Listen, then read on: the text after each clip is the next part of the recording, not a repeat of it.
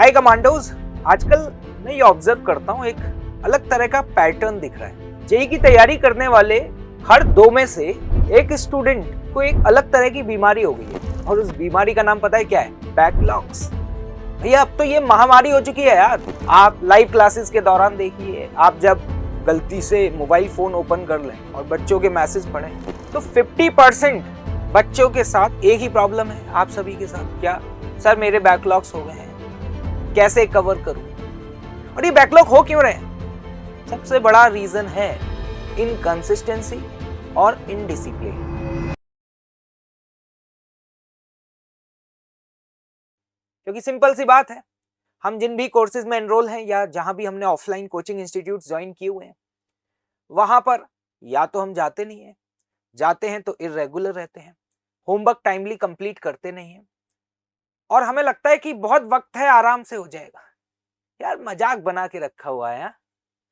चलो ठीक है, अब इस भीड़ में से वो स्टूडेंट जिनके बैकलॉग्स हो चुके हैं लेकिन they want to cover it कि अब इसको ठीक कैसे करें, उनको रियलाइजेशन हो गया है कि हाँ भाई अपन से पाप हो गया, लेकिन अब इस पाप का प्रायश्चित करना चाहते हैं, ट्रैक पे वापस आना चाहते हैं और जो ख्वाब देखा था कि एक अच्छी रैंक ला करके, है ना, इंडिया के टॉप कॉलेज से इंजीनियरिंग करेंगे, उस ख्वाब को पूरा करना चाहते हैं। तो उन स्टूडेंट्स के लिए वीडियो है भाई कि आप अपने बैकलॉग्स को विद इन टाइम लिमिट कैसे कवर अप कर सकते हैं और किन किन बातों का आपको ध्यान रखना है। तो देखो भाई, सिंपल सी बात ये बता दूं, आपको डेफिनेटली अगर आप ऑनलाइन क्लासेस अटेंड कर रहे हैं तो आपको उसके लिए रिकॉर्डेड लेक्चर्स देखने होंगे। अब जब आप रिकॉर्डेड लेक्चर्स देखना स्टार्ट करें ना, तो जो स्पीड है वो 1.2x कर दीजिएगा। लेकिन इसमें भी एक बहुत बड़ी मिस्टेक कई सारे स्टूडेंट्स करते हैं, पता है क्या है? कि मान लीजिए कोई एक चैप्टर है न्यूटन लॉज ऑफ मोशन और वो आपके बैच में 10 लेक्चर में कंप्लीट हुआ सपोज, ठीक? तो कई बार मान लीजिए आपके बैकलॉग 5 लेक्चर के हैं, तो मैंने देखा है कि पूरे 5 लेक्चर एक साथ बैठ के देख रहे हैं। अरे भाई देख तो लोगे, कोई दिक्कत की बात नहीं है, लेकिन मुद्दा यह है कि तुम्हारा ब्रेन उस इंफॉर्मेशन को एक्सेप्ट कर पाएगा? तुम वही स्टूडेंट हो जो इनडिसिप्लिन रहा है और अब तुम एक साथ क्या कवर कर पाओगे? नहीं होगा। और अगर हो भी गया ना, तो बॉडी इतना तेजी से रिपल्शन करेगी कि आप जितनी तेजी से सीखे हो ना, उतनी ही तेजी से आप भूल जाओगे। तो पहली बात कि बैकलॉग अगर कवर करने हैं, और मैं कहता हूं मान लीजिए 10 लेक्चर के बैकलॉग हैं, तो आप ये टारगेट बनाइए कि एक दिन में मुझे मैक्स टू मैक्स सिर्फ 2 लेक्चर्स देखने हैं और उन 2 लेक्चर में जो पढ़ाया गया है उसके प्रॉपर अपने खुद के नोट्स बनाने हैं। मैं देखता हूं कि स्टूडेंट्स अपने क्लासमेट से नोट्स मांगते रहते हैं, भाई अपने नोट्स दे दो, नोट्स दे दो। अरे भाई तुम जिसके नोट्स मांग रहे हो ना, उसका सिलेक्शन होगा, तुम्हारा नहीं होगा। अपनी हैंड राइटिंग कैसी भी हो, लेकिन जब आप खुद से लिखते हो तो आपकी ब्रेन की रिटेंशन पावर इंप्रूव होती है, आप में एक कॉन्फिडेंस डेवलप होता है। किसी के नोट्स को देख करके सिलेक्शन नहीं होता भाई। इस बात को क्यों नहीं समझ पा रहे हो? भाई टेक्नोलॉजी कितनी भी एडवांस हो गई हो, लेकिन सीखने के तरीके आज भी वही पुराने तरीके हैं। आपको पेन चलाना पड़ेगा, रगड़ना पड़ेगा, तभी कॉन्फिडेंस आएगा दोस्त। तो अपने नोट्स बनाइए, 1.2x पे वीडियो देखिए और साथ ही साथ जो भी उन लेक्चर्स में आपको होमवर्क दिया गया है वो पैरेलली कंप्लीट करिए। लोगों को लगता है बैकलॉग कवर करने का मतलब होता है बस लेक्चर देख लो। ओ भाई क्या कर रहे हो? ना भी ना मत देखो, इससे अच्छा मजाक कर रहे हो तुम अपने लोग अपने साथ, ठीक है? ऐसे नहीं होती पढ़ाई। जेईई की तैयारी कर रहे हो, मजाक बना के रख दिया है क्या भाई? हाँ, ऐसे नहीं करना होता। जो आपने लेक्चर देखा है पैरेलली उसका होमवर्क कंप्लीट करते जाओ। सारा होमवर्क नहीं कर पा रहे हो तो कम से कम practice up to the JEE mains level करो। जो आपके मॉड्यूल्स हैं या जो भी स्टडी मटेरियल आपको मिल रहा है, जिन स्टडी मटेरियल्स को आप फॉलो करते हैं या आपके जो एजुकेटर्स हैं जिस तरीके से गाइड करते हैं, उसकी जो फंडामेंटल बेसिक एक्सरसाइजेज है कम से कम उसे कवर करो एंड मूव ऑन। अब आप में से कहेंगे लेकिन सर मुझे तो एडवांस लेवल पे जाना है। पहुंच जाओगे, ये स्टेज 1 है, ठीक है? दूसरी एक और बात बता देता हूं कि कई बार क्या होता है कि सबसे बड़ा प्रॉब्लम कि सर जो अभी ऑनगोइंग चैप्टर है मैं उसको करूं या पुराने बैकलॉग्स कवर करूं, ये एक बहुत बड़ा मत।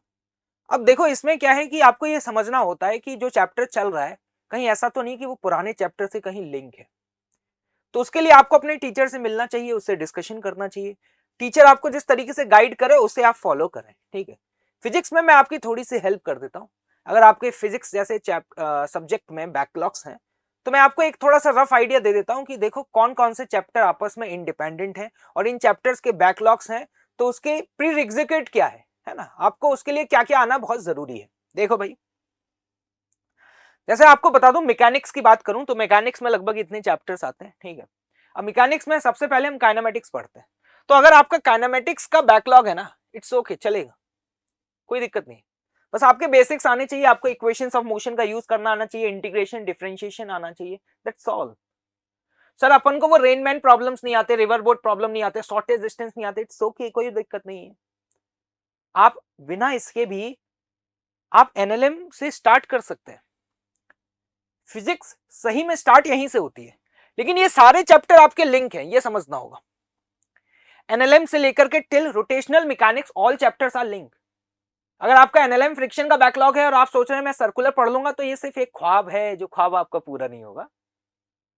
मतलब अगर आपका करंट इस समय क्लास में सर्कुलर मोशन चल रहा है और आपको एनएलएम फ्रिक्शन नहीं आता, देन आई विल रिकमेंड कि आप सबसे पहले इसको कवर करिए। मतलब यहां पे आप जंप नहीं कर सकते, you have to move step by step. आपको NLM circular WP centre of mass rotational sequence को फॉलो करना होगा।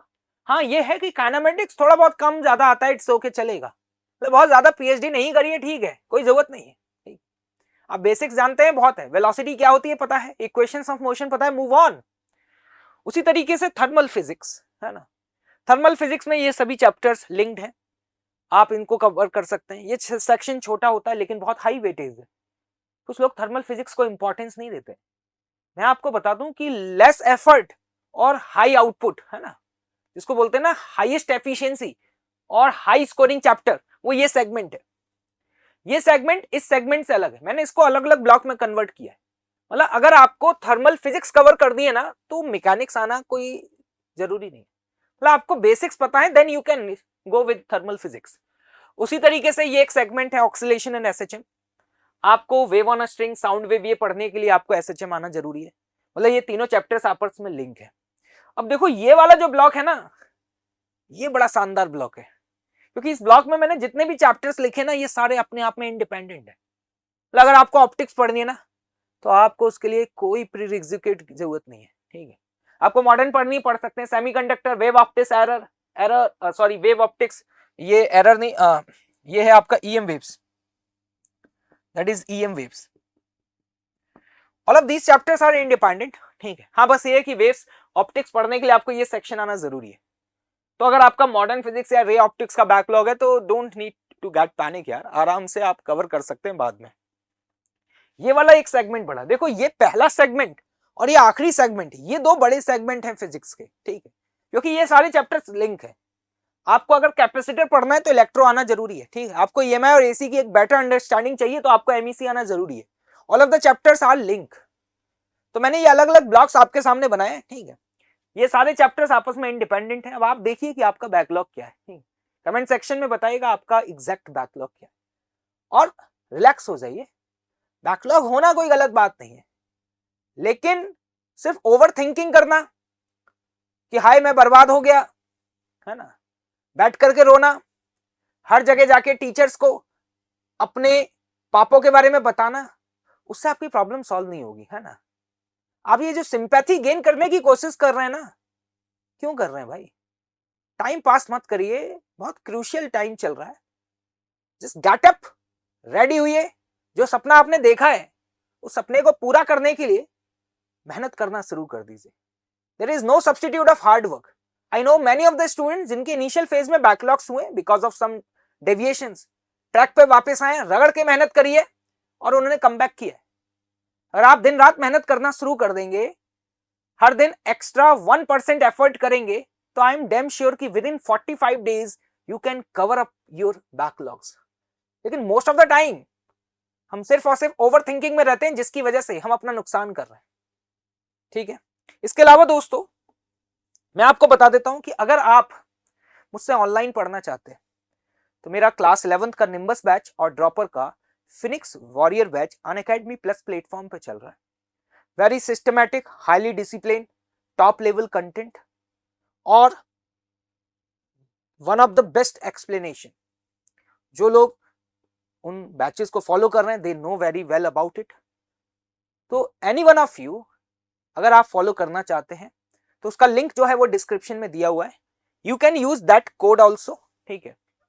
और आप अगर ड्रॉपर हैं या क्लास 11th के स्टूडेंट हैं तो definitely you can follow it. Okay, thank you so much. जय हिंद, जय भारत।